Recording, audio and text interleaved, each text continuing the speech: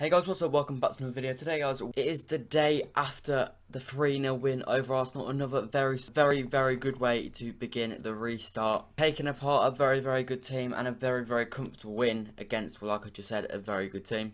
If you haven't already, check out the match reaction I did. It was uploaded earlier today. It will be in one of the top corners. Make sure to watch that before you watch this video. Give it a like, subscribe if you haven't already. If you haven't already as well, make sure to subscribe to the channel. We are nearing the 10k mark. We're about 270 subscribers away. So make sure you do that if you haven't already, because I'm aiming to hit that by the end of the Premier League season. The grind is going to be going on now until the end of Project Restart. I'll be doing match previews, match reactions and match reviews after every game, the Champions League, FA Cup and Premier League. So stay tuned for that, and sometimes we're doing a live stream to watch the game as well. And again, on today's video, I'm going to be reviewing that game yesterday. A very good performance, as I said earlier. We'll be going through the positives, and I guess there's not really any negatives to go for. It was a very solid performance. To begin with, just going through the game, we started the first half pretty well. Not great though, it was pretty even, I'd say.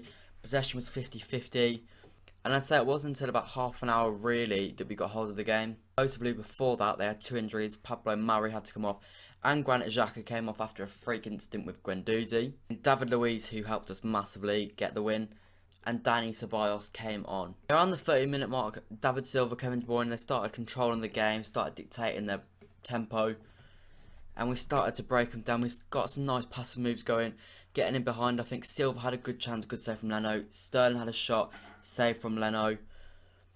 We also had a few De Bruyne balls going behind, and Mahrez missed one, and Sterling dinked one over the crossbar narrowly. Then right on the stroke of half time and injury time, we got that goal after the David Luiz mistake. A quality Sterling finish, getting his first goal of 2020. Second half, it was just more of the same, relentless pressure. Another mistake from David Luiz from a great Ederson goal kick led to a penalty and him getting sent off. And at this point, the game was won. First this point was already ended after De Bruyne scored at the Bernabeu, but he continued his penalty scoring form, scoring in at the bottom right hand corner against Leno. So then we dictated the play. Eric Garcia had a freak incident, but he's fine now. It's come out today that he is fine. He's got a few days off, I think, but there's no bad damage done to his head. Dictated the play. They didn't really have any chances. They had 0 shots on target, and then Phil Foden scored a late goal to make it 3-0. Now going more in depth into the game for some key positives to take from yesterday.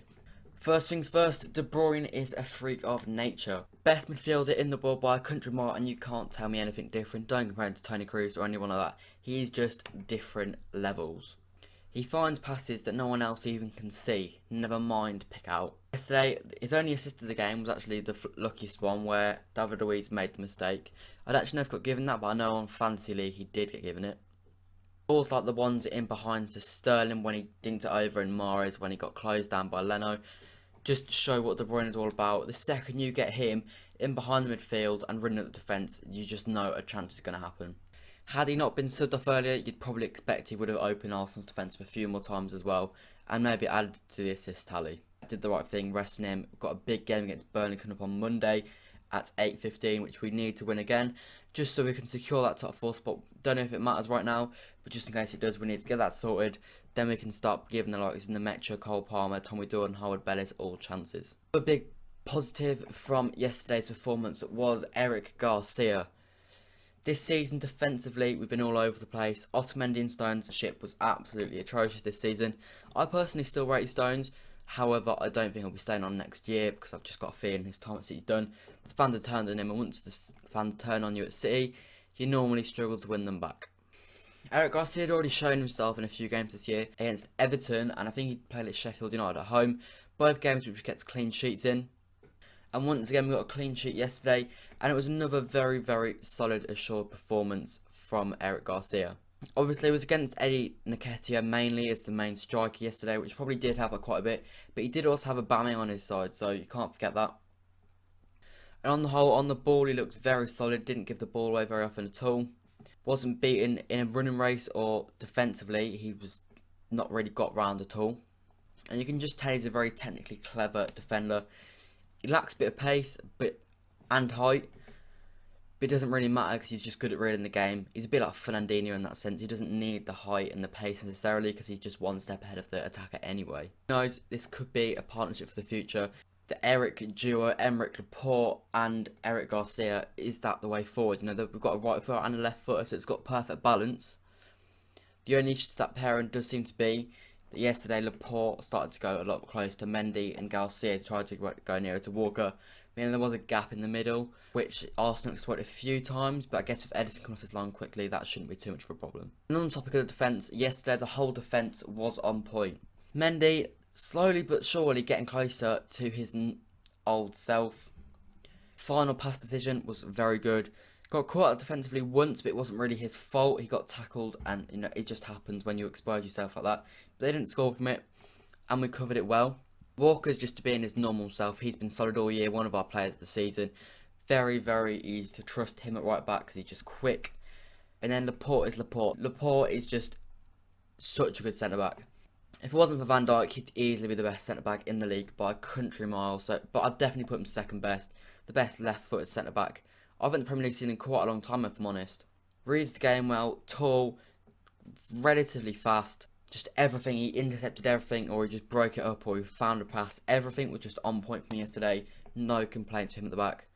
Had he been in our team for the whole year, who knows, maybe we could have even been competing for the top spot with Liverpool. Final key thing to take from yesterday's win over Arsenal is Foden is a goal scorer and such a bright talent for the future. Several occasions this year, and I guess last year as well, he's been able to just come into the team and put in a very, very solid performance. You know, this year we've seen performances like the one at Villa where in a cup final he was able to put in a man of the match performance.